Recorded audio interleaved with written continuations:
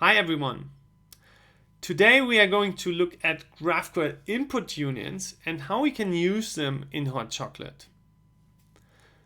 Before we get started, if you like our content, please hit the subscribe button.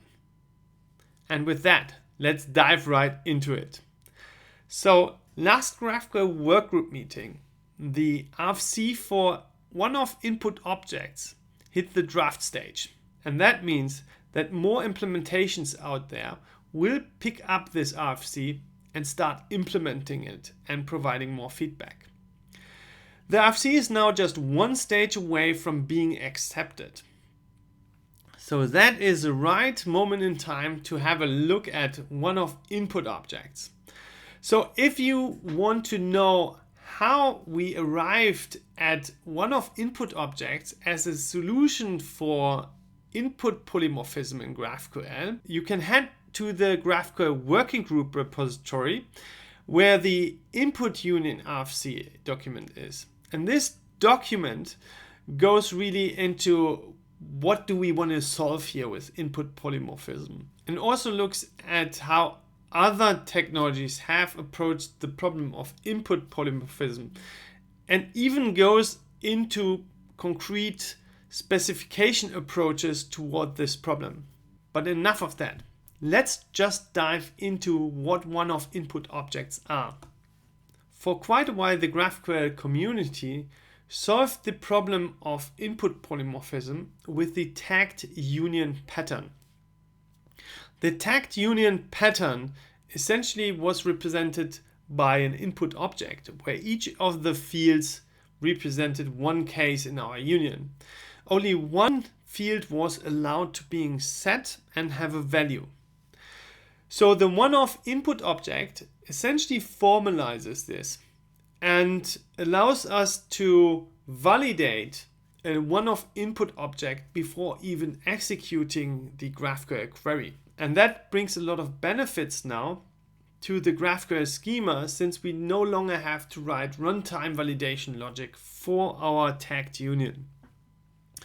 The cool thing about OneOf input objects is that they also allow for leaf types. And that is something we cannot do on the output side. So if we use unions on the output side of GraphQL, we cannot use leaf types since we have no way of selecting the leaf type. And with that, let's dive into some code. So this is a small GraphQL server here that has a very small query type. And if we dive into that, we can see we have one resolver here, get pets, and that returns a list of pets. And a pet can be a dog or a cat. And in this case, we are not using a union, we are using an interface since we have common properties here or common fields in GraphQL. And each of the implementations has a specific field like bark volume for the dog and meow volume for the cat. So let's run that and have a look at our schema in Banana Cake Pop, our GraphQL IDE. For this, we go into the schema reference tab and have a look at our query type. We can see that our query type exposes a field pets, and pets returns a pet, which can be a cat and dog.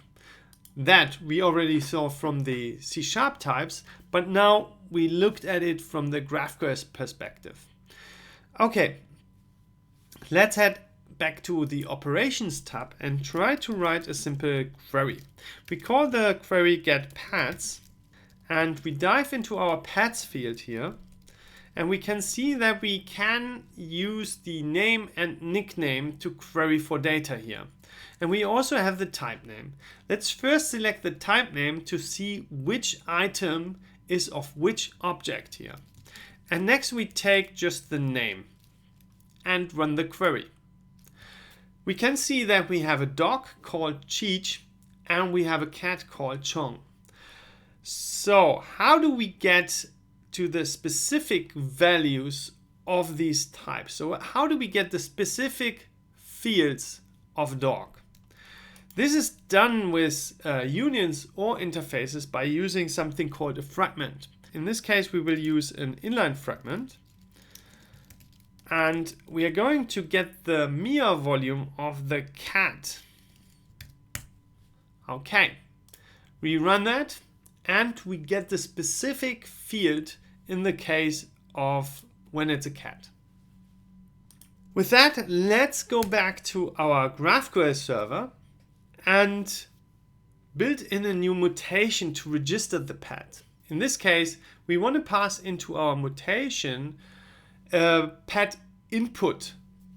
And this pet input shall be a OneOf input object, allowing us to provide a cat or a dog. In order to create a mutation, let's first create a mutation file here and then add the class structure. Before we write the actual register pet mutation, we need to introduce a new type called pet input, which represents our OneOf input object. So let's put that in. So in this case, we are using a record pet input that has two properties, a property dog of the type dog and a property cat of the type cat. The dog and cat type are nullables, since in order to have a valid GraphQL schema here, both things can be null, so they need to be nullable. But the GraphQL query engine will enforce that one of them actually is set and is not null. We will have a look at that when we actually execute our new mutation. Then we need to annotate our record with the OneOf directive. You don't need to use a record. You can also use a class, but a record is just less syntax here. So with that, let's introduce our register pet mutation here. And our register pet mutation returns, like the query, a pet. So we can query the pet that we just registered. And from the input side, we pass in the pet input as our input argument. And it's important here, we are saying, okay, if it's not a dog, then it definitely is a cat. We are using the bang operator here. So our mutation is done. Let's go to our program CS and introduce add mutation here and register our mutation type. There's one more thing before we head back to our GraphQL IDE, and that is we need to enable the OneOf specification. Since it's not yet released, we decided to hide it behind an options flag. So we go and say enable OneOf. And with that, we head back to our GraphQL IDE and we go back to our schema reference tab and we don't see the mutation type yet. We first need to refresh our schema and we can see there's a new schema and we now have a mutation type and we can see that we have the register pet here and it returns actually cat or dog and we have a pet input. So let's write a simple mutation. In order to write a mutation, we start with the keyword mutation here and we call it register pet. And then we select the register pet mutation and we actually want to know the name and the type name from the returning pet and then pass in the actual input. So let's first do it correctly. So we want to register a new dog here and we call the dog Harry. Let's also give it the nickname Harry. And the bark volume 20. Let's reformat that. Okay, nice, fits on the screen. And then execute that. And we can see, okay, we registered the dog Harry here and it's a dog. And when we query our pets, we can see that we have Cheech, Chong and Harry. Okay. But at that there are validation rules where we not even execute the resolver or start executing the GraphQL query at all. And that is when we, for instance, also provide a cat and we say the cat is actually null. If we run the mutation again now, it will actually say the OneOf input object pet unit requires that exactly one field must be supplied and that field cannot be null.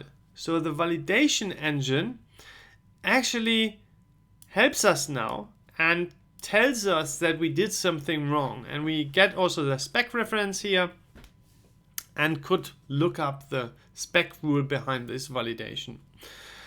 Okay, so let's get maybe rid of dog and try to just specify cat as being null. And again, the same rule actually applies here. We cannot provide null. So one thing here, one field has to actually have a value. So with OneOf input objects, we now have built in the GraphQL tagged union approach into the type system. Before we head out, the cool thing really with this new specification is that all the tools out there will work from day one. So there's no update needed for it. Since the server has validation rules to ensure that you don't violate the specification. But as tools pick up the OneOf input object specification, you will get a lot more help in your IDEs. And with that, we are at the end of this video. Please, if you liked the content, hit the subscribe button. And one more thing here. Please help us grow the Hot Chocolate ecosystem by heading over to GitHub and giving us a GitHub star. And with this, I'm out.